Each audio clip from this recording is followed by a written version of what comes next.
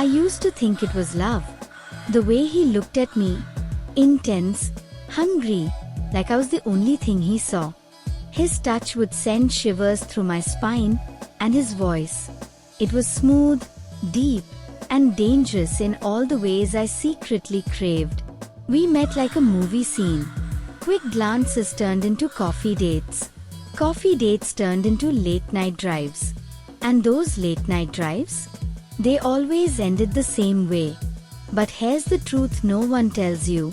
Lust can feel so much like love. Until it do, he was all over me. Always. His hands found my waist before his eyes found my soul. And honestly, I loved it. In the beginning, that kind of attention felt intoxicating. But over time, I noticed something.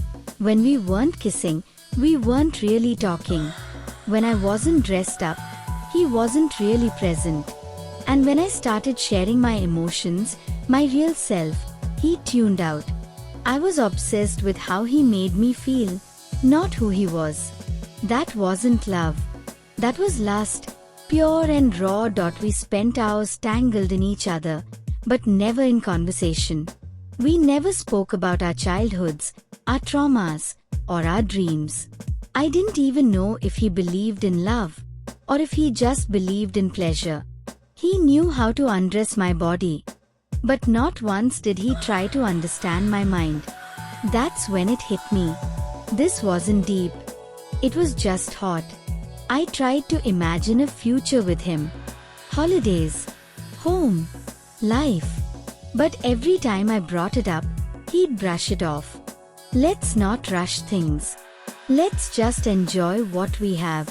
What we had was only now. No planning. No building. No tomorrow. Because lust doesn't look ahead. It's selfish. Short-term. Addicted to the moment. Love builds. Lust burns. I kept going back. Though. Why? Because every time he touched me, it was like electricity. Every time he whispered in my ear, my body responded before my brain could. He was a drug. And I was addicted. But addiction isn't love. It's desperation. It's chemistry without clarity. When the high faded, I didn't feel safe or loved.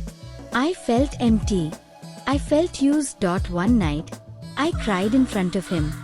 Just once. He looked uncomfortable, distant. He didn't hold me. He didn't ask why.